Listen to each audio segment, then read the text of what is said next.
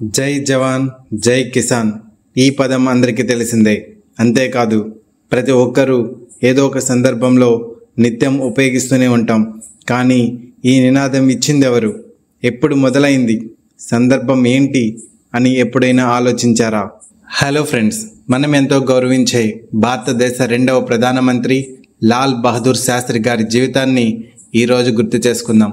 అతని నిరాడంబరత, కృషి మరియు అంకిత భావం మనందరికీ ఎంతో స్ఫూర్తిదాయకం. ఈ వీడియోలో ఆయన జీవితం, ఆయన చేసిన సేవలు మరియు ఆయన అమరుల వారసత్వం గురించి పూర్తిగా తెలుసుకుందాం. లాల్ బహదూర్ శాస్త్రి 1904 అక్టోబర్ 2న ఉత్తరప్రదేశ్లోని మొగల్సరాయ్ గ్రామంలో జన్మించారు. ఆయన చిన్నతనం చాలా కష్టాల్లో గడిచింది. తండ్రిని చిన్నతనంలోనూ కోల్పోయిన శాస్త్రి గారు తన తల్లి మరియు కుటుంబ సభ్యుల ఆశ్రయం పొందారు. తన విద్యా జీవితంలో శాస్త్రి గారు కలకత్తా, వారణాసి వంటి నగరాల్లో విద్యను అభ్యసించారు. ఆయన అందరికంటే వినమ్రంగా, నిష్కలంకంగా వ్యవహరించేవారు. విద్యకు, జ్ఞానానికి ఆయన ఇచ్చిన ప్రాముఖ్యత తాను జీవితంలో సాధించిన ప్రతి విజయానికి పునాది వేస్తుంది. గాంధీజీ ఉద్యమాలలో భాగస్వామి కావడానికి ఆయన తన కుటుంబ నామం శ్రీవాత్సవాను వదిలి శాస్త్రి అనే బిరుదును స్వీకరించారు. ఇది కేవలం విద్యకు కాగా ఆయన నాయకత్వానికి కూడా ప్రతీకగా మారింది.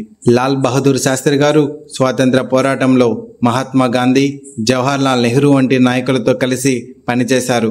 ఆయనకు అహింసా సిద్ధాంతం పట్ల గాఢమైన విశ్వాసం ఉండేది. 1920లో నాన్ కోఆపరేషన్ ఉద్యమంలో పాల్గొనడం ద్వారా ఆయన తన రాజకీయ జీవితాన్ని ప్రారంభించారు. 1942లో క్విట్ ఇండియా ఉద్యమంలో ఆయన అత్యంత కీలకమైన పాత్ర పోషించారు. ఈ ఉద్యమంలో ఆయన చేసిన కృషి, సాహసంతో బ్రిటిష్ ప్రభుత్వానికి వ్యతిరేకంగా యావత్తు భారతదేశానికి స్ఫూర్తి అందించింది. ఆయన అనేకసార్లు జైలులోకి పంపబడ్డారు. అయినా కూడా ఆయన పట్టుదల తగ్గలేదు. స్వాతంత్రం కోసం చేసిన పోరాటం, భారతదేశం కోసం ఆయన చూపిన ప్రేమ ఆయనను దేశంలో అత్యంత గౌరవనీయమైన వ్యక్తులలో ఒకరిగా నిలబెట్టింది. భారతదేశానికి స్వాతంత్రం వచ్చిన తర్వాత లాల్ బహదూర్ శాస్త్రి గారు భారతదేశ రాజకీయాల్లో కీలక పాత్ర పోషించారు. 1951లో నెహ్రూ క్యాబినెట్లో రవాణా, రైల్వే మంత్రిగా ఆయన నియమితులయ్యారు. తన ఆచరణా నైపుణ్యం, సామాన్య ప్రజల పట్ల చూపిన సహానుభూతి ఆయనను ప్రజల మనసులో మరింత చేరువ చేశాయి. 1964లో జవహర్ లాల్ నెహ్రూ మరణం తర్వాత శాస్త్రి గారు దేశ ప్రధానమంత్రిగా నియమితులయ్యారు. ఆయన ప్రధానిగా ఉన్నప్పుడు దేశంలో ఎన్నో సంక్షోభాలను సమర్థవంతంగా ఎదుర్కొన్నారు. పాకిస్తాన్తో జరిగిన 1965 యుద్ధంలో దేశం కోసం సైనికులకు స్ఫూర్తి ఇచ్చి జై జవాన్ జై కిసాన్ అనే నినాదంతో దేశాన్ని సమైక్యంగా నిలబెట్టారు. ఈ ఒక్క నినాదం ద్వారా లాల్ బహదూర్ శాస్త్రి గారు దేశంలోని సైనికులకే కాక రైతులకు కూడా ఎంతో ప్రాధాన్యత ఇచ్చారు. ఆయన దీని ద్వారా దేశ భద్రత మరియు వ్యవసాయ రంగాలకు ఒకటే ముఖ్యమని చెప్పారు. సైనికులు దేశాన్ని పరిరక్షిస్తే రైతులు దేశానికి ఆహారం పంచుతారని, ఇద్దరికి సమాన గౌరవం దక్కాలని ఆయన నొక్కి చెప్పేవారు.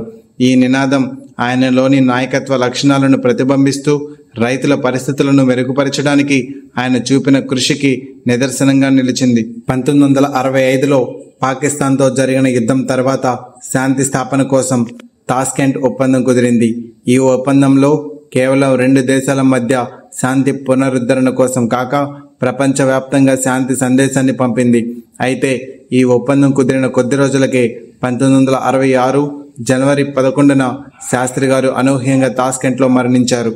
అతని మరణం దేశాన్ని తీవ్రంగా కలిచివేసింది. ఒక నిజాయితీ గల నాయకుడిని కోల్పోయిన బాధతో దేశ ప్రజలు ఆయనకు గౌరవం చూపారు. ఆయన మరణం వెనుక ఇంకా అనేక ప్రశ్నలు నానాటికి నిలిచాయి. కానీ ఆయన వారసత్వం మాత్రం భారతదేశ ప్రజల గుండెల్లో నిత్యం నిలిచి ఉంది. లాల్ బహదూర్ శాస్త్రి గారి జీవితం మనందరికీ స్ఫూర్తిదాయకం. ఆయన నిరాడంబరత, నిజాయితీ మరియు ప్రజలకు అంకితమైన సేవాతత్వం అనేక మందిని ప్రేరేపిస్తోంది. ఆయన పేరుతో ఎంతో మంది యువతకు విద్యా సౌకర్యాలు అందిస్తున్నారు. Lal Bahadur Shastri national academy of administration దేశంలోని అత్యున్నత సివిల్ సర్వీస్ క్షేత్రంగా మారింది. శాస్త్రి గారి జీవితం, కృషి మరియు త్యాగాలు భారతదేశ చరిత్రలో అక్షరాల స్ఫూర్తిగా నిలిచిపోతాయి. ఆయన చేసిన సేవలు, ఆయన ఉద్భవించిన నాయకత్వం మనందరికీ ఎప్పటికీ మార్గదర్శకం. లాల్ బహదూర్ శాస్త్రి గారు మన దేశానికి చేసిన సేవలు మనందరికీ ఎప్పటికీ గుర్తుండిపోతాయి. ఈ వీడియోలో ఆయన జీవితంలోని ముఖ్యమైన విషయాలను మీతో పంచుకున్నాము. మీరు ఈ వీడియోని ఆస్వాదించి ఉంటే దయచేసి లైక్ చేయండి, కామెంట్ చేయండి మరియు మరిన్ని విషయాల కోసం సబ్స్క్రైబ్ చేయండి. మీరు ఏవైనా కొత్త విషయాలు తెలుసుకోవాలనుకుంటున్నారా? దయచేసి కామెంట్లో పంచుకోండి.